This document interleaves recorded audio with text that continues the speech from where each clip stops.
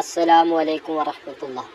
ഈ വീഡിയോ കാണുന്ന എല്ലാ സഹോദരങ്ങളും ഈ ചാനൽ ഒന്ന് സബ്സ്ക്രൈബ് ചെയ്യുക. വീഡിയോ കാണുന്ന എല്ലാ ദീനി സഹോദരങ്ങളും ഈ ചാനൽ ഒന്ന് സബ്സ്ക്രൈബ് ചെയ്യുക. പുതുതായി തുടങ്ങിയ ചാനലാണ്, സബ്സ്ക്രൈബ് വളരെ കുറവാണ്. എല്ലാ വീഡിയോയിലും പറയുന്നുണ്ട്, പക്ഷേ സബ്സ്ക്രൈബ് ആവുന്നില്ല. അപ്പോൾ എല്ലാ ദീനി സഹോദരങ്ങളും ഈ ചാനൽ ഒന്ന് സബ്സ്ക്രൈബ് ചെയ്ത് സഹായിക്കുക. ഓക്കെ, അസ്സലാമു അലൈക്കും വറഹ്മത്തുള്ളാഹി. ഘട്ടത്തിൽ നിന്റേതാകുന്ന അസുഖം മാറാൻ വേണ്ടി നേർച്ച നേർന്ന സമ്പത്ത് ചെലവഴിച്ച് ഹോസ്പിറ്റലിൽ പോയി ഉറക്കമൊളച്ച് ദിക്റ് ചൊല്ലി ക്ഷീണിച്ച് അവശയായി നിസ്കരിക്കുമ്പോഴും നോമ്പ് പിടിക്കുമ്പോഴും അതിനുവേണ്ടി നേർച്ച നേർന്ന് നോമ്പ് പിടിച്ച് സക്കാത്ത് കൊടുത്ത് അമല് ചെയ്ത് ഉംറ ചെയ്ത് എന്റെ മകനെ എങ്ങനെയെങ്കിലും രക്ഷപ്പെടുത്തി കിട്ടണം, മകളെ രക്ഷപ്പെടുത്തി കിട്ടണം എന്ന് പറഞ്ഞ് അതിനുവേണ്ടി തന്നെ നിലകൊണ്ടതാകുന്ന ഈ വാപ്പയും ഉമ്മയും അവസാനം മരിക്കാൻ വേണ്ടി മക്കൾ ദ്വാരക്കുന്ന ഘട്ടം. ജോലി കിട്ടിക്കഴിഞ്ഞപ്പോൾ ഇവനെങ്ങനെയെങ്കിലും വാപ്പ മരിച്ചാൽ മതി, സ്വത്ത് എങ്ങനെയെങ്കിലും അതുകൂടെ കിട്ടുവാണെങ്കിൽ റാഹത്ത്. ഇതാണ് ഇന്നത്തെ തലമുറ. അള്ളാഹു നമ്മളെ കാത്തു സംരക്ഷിക്കട്ടെ. അതുകൊണ്ട് രക്ഷിതാക്കളെ, പ്രിയപ്പെട്ട മാതാപിതാക്കളെ, നിങ്ങൾ മരിക്കുന്നതിന് മുമ്പ് നിങ്ങൾക്ക് വേണ്ടി എന്തെങ്കിലും ഒന്ന് ആഖിറത്തിന് വേണ്ടി സ്വരൂപിക്കണം. ദുനിയാവല്ല, ആഖിറത്തിന് വേണ്ടി സമ്പാദിച്ചു വെക്കണം. ദുനിയാവ് നശ്വരമാണ്. ഇവിടെ മക്കൾ എന്ത് കാണിച്ചിട്ടും കാര്യമില്ല. മാത്രമല്ല, മരിക്കുന്നതിന് മുമ്പായിട്ട് തന്നെ വസീയത്ത്, പഴയ കാലഘട്ടങ്ങളിൽ വസീയത്തുണ്ടായിരുന്നു, അതൊന്നുമില്ല. ഇന്ന് എന്തെങ്കിലും മരിച്ചതിന് ശേഷം എന്തൊക്കെയോ കടിപിടി കൂടുകയാണ്, അടിയും വഴക്കും ബഹളവും. മുമ്പ് നേരത്തെ തന്നെ ഇതൊക്കെ തയ്യാറാക്കി വെക്കും.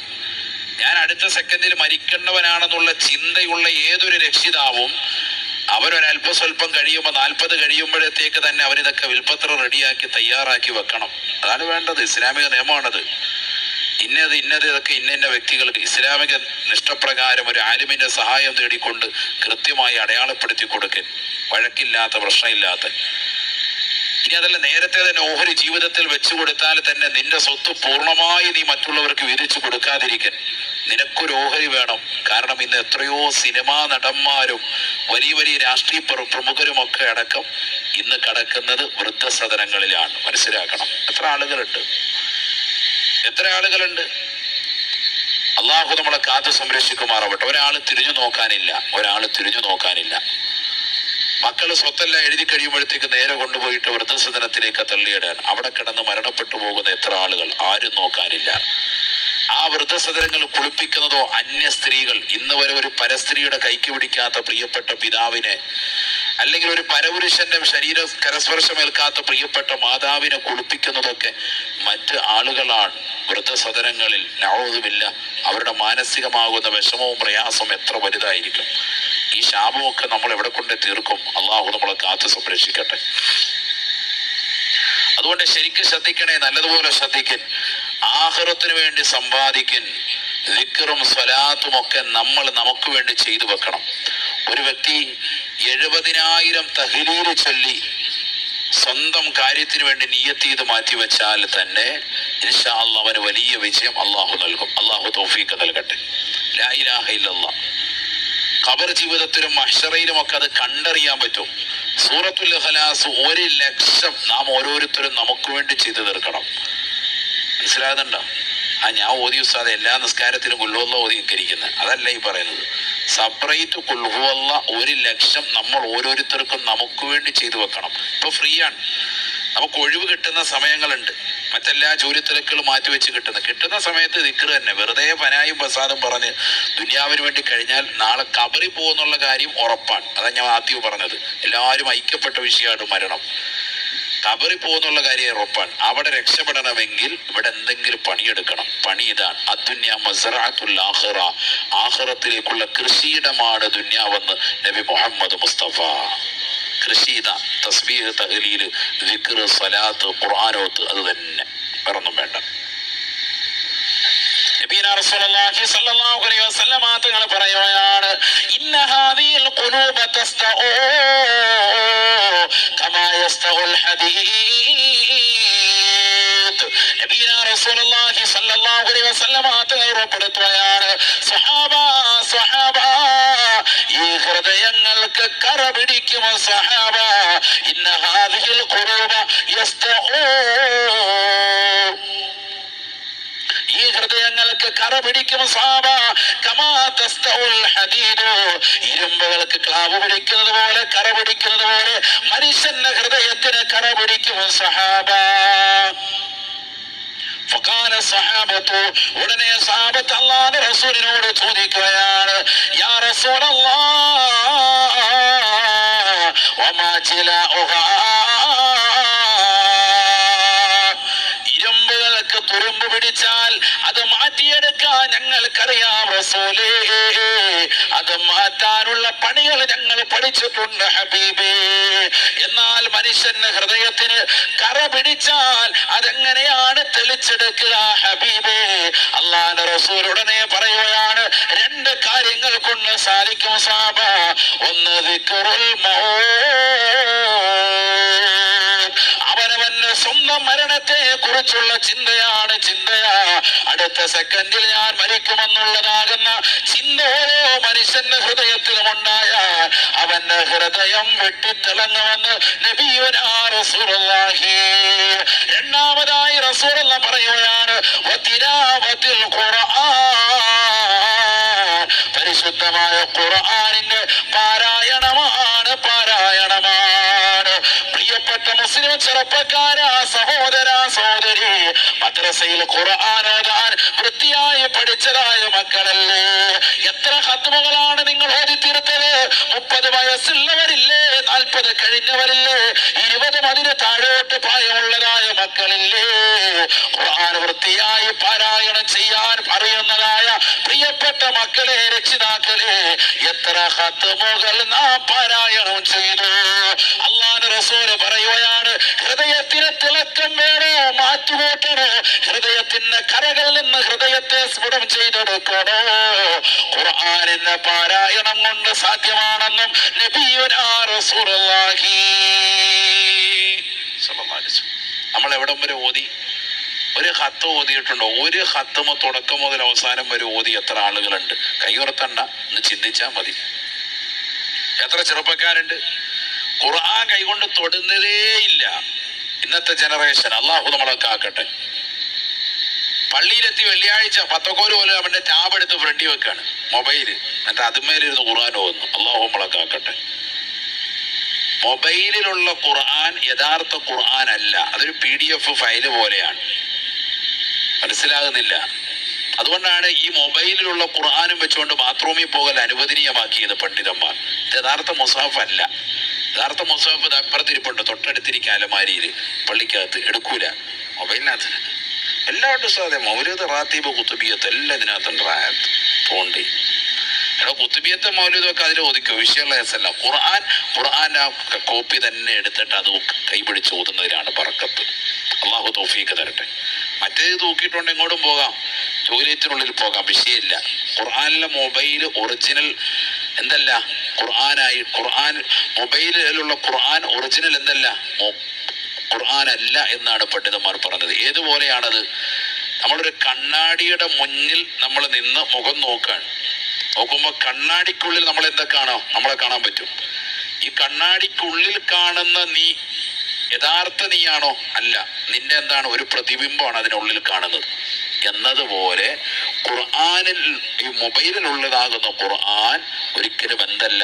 ഒറിജിനൽ മുസാഫ് അല്ല. അതുകൊണ്ടാണ് അത് വെച്ചുകൊണ്ട് എങ്ങോട്ട് പോകൽ അനുവദിച്ചത്? ടോയ്ലറ്റിനുള്ളിൽ പോകാം, അനുവദനീയാണ്. മനസ്സിലാകുന്നുണ്ടോ?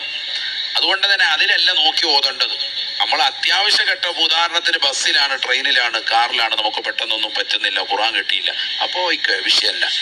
പള്ളിയിലെത്തി തൊട്ടടുത്ത് മുസാഫ് ഇരുന്നിട്ട് പോലും നോക്കാത്ത കൗമ് നമ്മുടെ കൗമിൽ ധാരാളമുണ്ട്. വെള്ളിയാഴ്ച ഓത് അൽക്കാഫ്, കാര്യമായിട്ട് ഇതില് മുസാഫ് എടുക്കുന്നില്ല.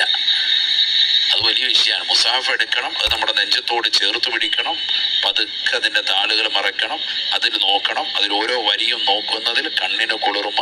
ഓരോ വാക്കും തപ്പി തപ്പി ഓതുന്നവന് 2 പ്രതിഫലം.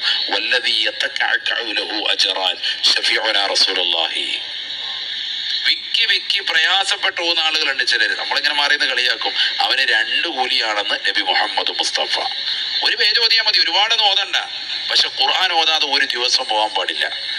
ഇരിക്കുന്ന ഓരോരുത്തർക്കും നമ്മുടെ ജീവിതത്തിൽ നമുക്കൊക്കെ മുസഹഫ് വേണം. ഓരോരുത്തർക്കും സ്വന്തമായിട്ട് എൻ്റെ മുസഹഫ് എന്ന് പറയാൻ നമുക്ക് മുസഹഫ് ഇല്ല. ഇന്നത്തെ ചെറുപ്പക്കാർക്ക്, ന്യൂ ജനറേഷൻ എന്ന വിഭാഗത്തിനില്ല. എന്നാൽ മറക്കപ്പുറത്തിരിക്കുന്നതും ഈ സദസ്സിലുള്ളതുമായ പ്രായം ചെന്ന ഉപ്പമാർക്കും ഉണ്ട്, ഉമ്മമാർക്കും ഉണ്ട്. ഇതാറ് മുസാഫ, ഇത് ഉമ്മാടെ മുസാഫാണ്. പറയാറില്ലേ ഇതാറ് മുസാഫ, ഇത് വാപ്പാടെ ഖുർആനാ.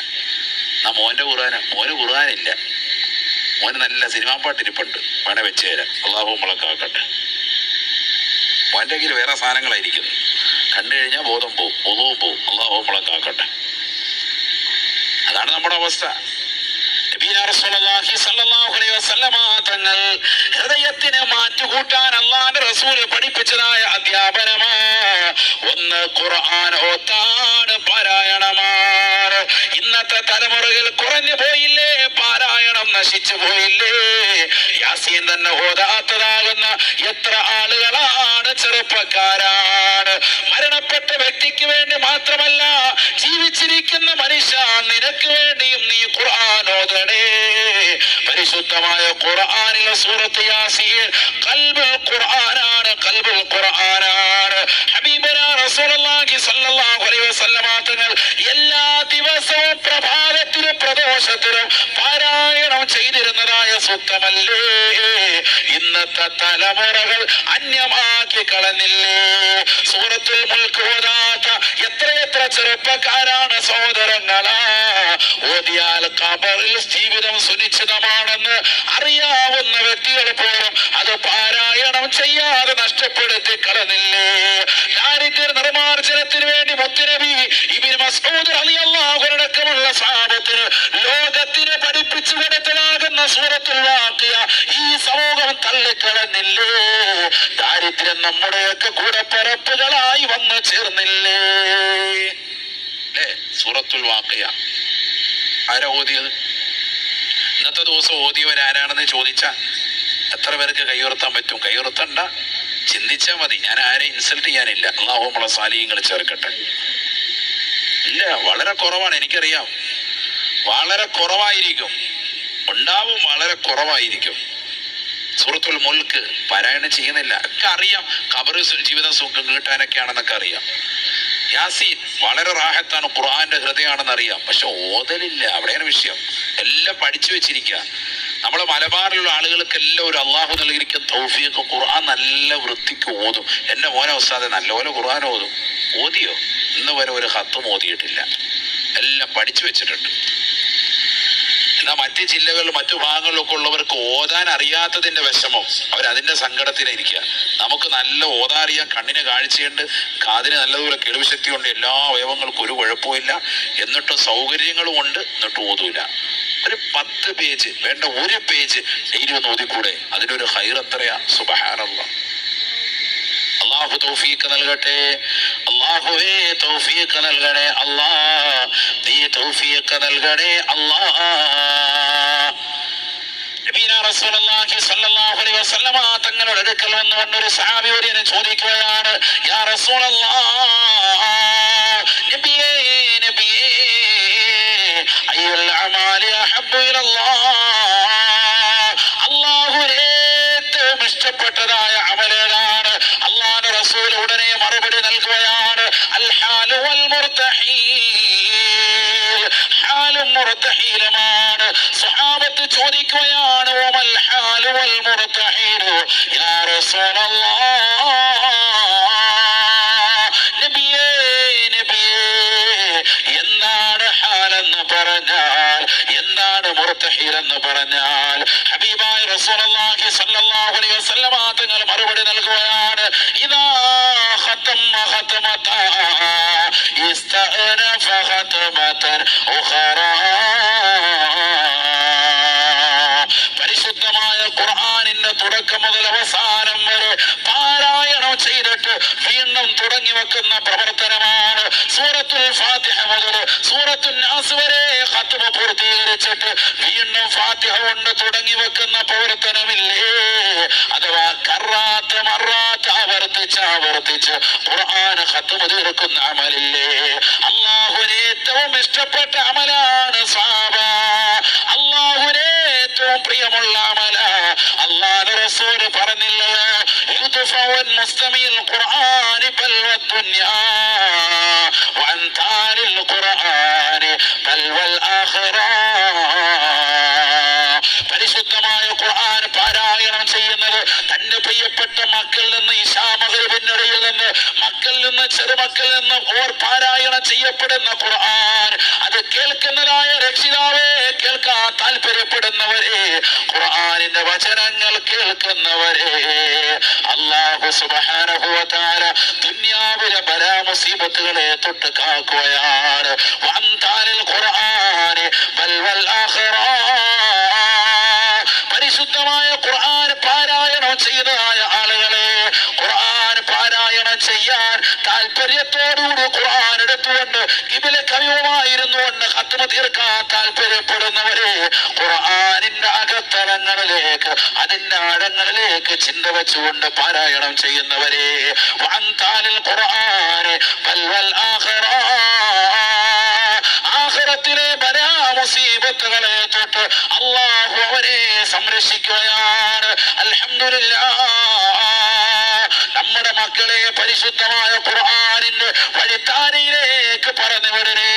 പരിശുദ്ധമായ ഖുർആൻ പഠിപ്പിക്കാനും ഓദിക്കുവാനും അതിൻ്റെതാകുന്ന പാരായണ ശാസ്ത്രങ്ങൾ തജ്വീദ് അനുസരിച്ചുകൊണ്ട് കൃത്യമായ ഖുർആൻ അനുസരിച്ചുകൊണ്ടുള്ള ജീവിതം ചിട്ടവെക്കാനും ഹാഫിളീകളായ മക്കളെ നാം തയ്യാറെടുക്കണേ. ആലിമാക്കാൻ വേണ്ടി മക്കളിൽ ഒരാളെങ്കിലും നാം പറഞ്ഞു വിടണേ. നാളെ നീ മരണപ്പെട്ടുകൊണ്ട് ജനങ്ങൾ മുഴുവനും നിന്റെ വീട്ടിലേക്ക് വന്ന് ഒഴുകുമ്പോ എന്നെ പ്രിയപ്പെട്ട ഉപ്പയാണ് വാപ്പാക്ക് വേണ്ടി ഒരു ഫാത്തിഹ ഓതാമെന്ന് പറഞ്ഞ് ഫാത്തിഹ സൂറത്ത് ജനങ്ങളെ കൊണ്ട് ഓദിച്ച് ആമീൻ പറയുന്ന ദുആ ചെയ്യുന്ന സാലിഹായ ഒരു മകനെ, പ്രിയപ്പെട്ട രക്ഷിതാക്കളെ, നമുക്ക് വേണ്ടി നാളെ നിന്റെ പ്രിയപ്പെട്ട മക്കൾ പല വഴിക്കോടുകയാണ്. ഒരുത്തൻ പ്രവാസിയാണ്, ഒരുത്തൻ എഞ്ചിനീയറാണ്, ഒരുത്തൻ ഡോക്ടറാണ്, മറ്റൊരുത്തൻ ടീച്ചറാണ്. ഓരോരുത്തരും വ്യത്യസ്ത രൂപത്തിലും ഭാവത്തിലും കോലത്തിലുമായി പോകുമ്പോ ആലിമായ മനുഷ്യൻ, നാട്ടിൽ ജോലി ചെയ്യുന്ന മനുഷ്യൻ എല്ലാ വെള്ളിയാഴ്ചയും നിന്റെ ഖബറിന്റെ സമീപം വരുകയാണ്. എനിക്കെന്റെ പ്രിയപ്പെട്ട വാപ്പയാണ് വലുത്, മരണപ്പെട്ടു എന്റെ പ്രിയപ്പെട്ട ഉമ്മയാണ് വലുത്. ആ ഖബറിന്റെ സമീപത്ത് വന്നുകൊണ്ട് സലാം ചൊല്ലുകയാണ്. അസ്സലാമു അലൈക്കും യാ അബീ, അസ്സലാമു അലൈക്കും യാ ഉമ്മീ.